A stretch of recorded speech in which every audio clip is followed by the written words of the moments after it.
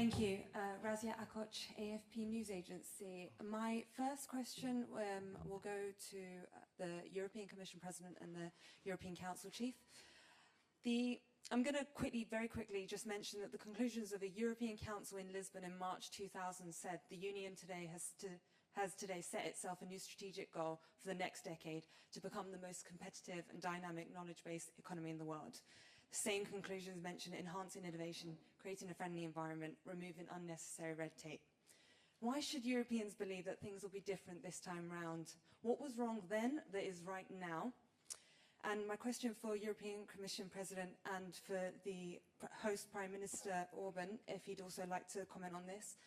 So Trump is returning. Is Europe ready for whatever trade measures, even trade war, that he might unleash this time round? Thank you. So, should I start? Okay. First of all, we should not underestimate that since the dates you were mentioning, I'm speaking about competitiveness now, since the dates you were mentioning, enormous involvement, industrial research and development involvement has taken place. So it's not the same status as then. So today what we are doing, we're looking at the facts. How, for example, is our performance in different sectors? How is our performance in different measures? We see that we are good in, we have our strength. I was mentioning it at the beginning. And we also have, for example, in innovation, a remarkable talent in Europe. For example, with the whole clean tech sector, we are world leading, so we have our strength.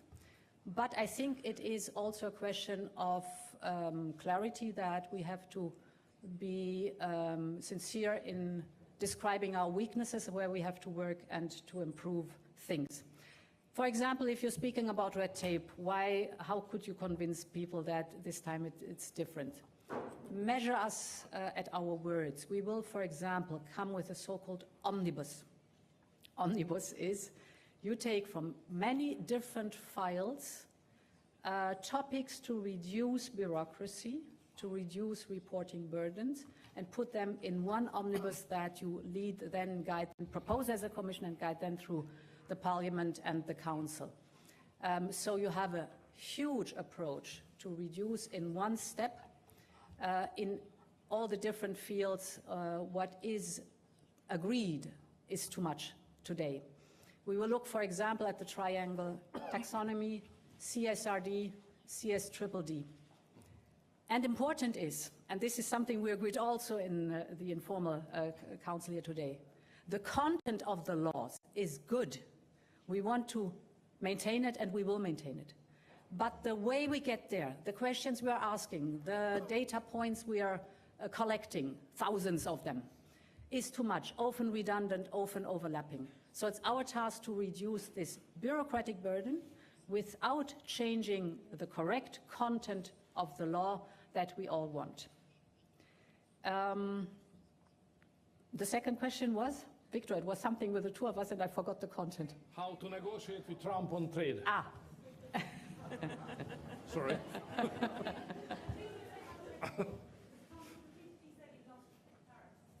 Yes. So I think, first of all, engage. Very important. What we have started yesterday. Secondly, discuss about common interests. And there are common interests that we have. So, and then go into negotiations. Common interests are, for example, this is one topic that we touched upon. I would not say discussed, but we touched upon yesterday. It's the whole topic of LNG. We still get a lot of LNG via Russia, from Russia. And why not replace it by American LNG, which is cheaper for us and brings down our energy prices, but it's something where we can get into a discussion, also what our trade deficit is concerned. So engage, look at common interest, and then negotiate. Could I just add two comments? On the first point, I think we sent a message yesterday. We want to engage, and it's President Trump made this point as well, his willingness to engage. On your first question, competitiveness and what's changed, Well, very briefly, for over the last 5 years, the world has changed a lot, and the European Union has also changed a lot over that time. When, you know, a lot has changed since Jacques Delors came up with this great idea. At the time, we excluded telecoms, the financial markets, and energy. But over the last 2 or 3 years, we've seen a lot more political convergence on, you know, when it comes to what we can do together in order to boost our economic base. So there's now fairly broad consensus on this idea, the fact that, you know, energy may be a national competence, but we need to work together more on that to push energy prices down and to build interconnections. You know, I mean, energy is crucial when it comes to strategic security. And the same thing applies to financial markets. This is a lever that allows us to leverage investment, innovation, and the same applies to telecoms, AI, and digital affairs. Very briefly, I think these issues dominated the European Council, which was not the case in the past. We want to have a paradigm, and we want to build an environment of trust in investors, amongst operators. You know, it's all very well having good intentions, but that brings with it a lot of bureaucracy. We need to change that around so that we can boost the competitiveness of our businesses. And this is very important. Viktor Orban gave us some examples. The figures show that we're lagging behind our partners and competitors, and now is the time to act. We've got the Letter report, the Draghi report, and these are messages, you know, really is a time for us to act. Thank you.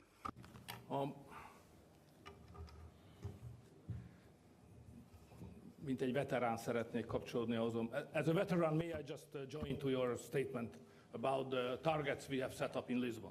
So it was more wide range that you have just mentioned here, because to be the most competitive area of the world was just the #1 target. But there were 2 others, just to help you to commemorate. To make Eurozone, I mean, to make Euro as a worldwide currency, and then that we create a biggest ever market from Lisbon to Vladivostok. So now time has changed. So these targets are not realistic anymore. So what can we do to set up new goals? And the answer to your question, what is the guarantee that these goals will be achieved, unlike the previous one? The answer is it depends on the leaders. It's a leadership issue. So if the leaders are good, they can achieve their goals. If the leaders are weak, they fail. So look at the Hungarian presidency. Yeah, the reason why I'm very much optimistic, look at the Hungarian presidency. Everybody said that, oh, we are isolated, Hungary is not loved, at least not liked. Sooner or later it will be a failure, it cannot be successful. Even the Budapest meeting will not happen because the leaders will not come. Or, you know the story. And what is the end of the story? The end of the story is that we are here. We cooperated very well. We had a fantastic summit, and we accepted a pact on competitiveness, which everybody said it's impossible to put together. We did so. So leadership issue. So we trust each other. As good leaders, we're able to achieve all the goals we just have set up on competitiveness just now. So the answer is self-confidence. The same goes to negotiation with the President of the United States. It will be not easy. It will be a tough negotiation, because obvious that he will come up with trade ideas, surely serving the interest of the United States more than the European interest. We have to stand up, and we have to negotiate, and at the end of the day, we have to make a deal. The question is how good we are, how strong we are, how innovative we are. If we are good enough, we will make a good deal. And I hope so we will.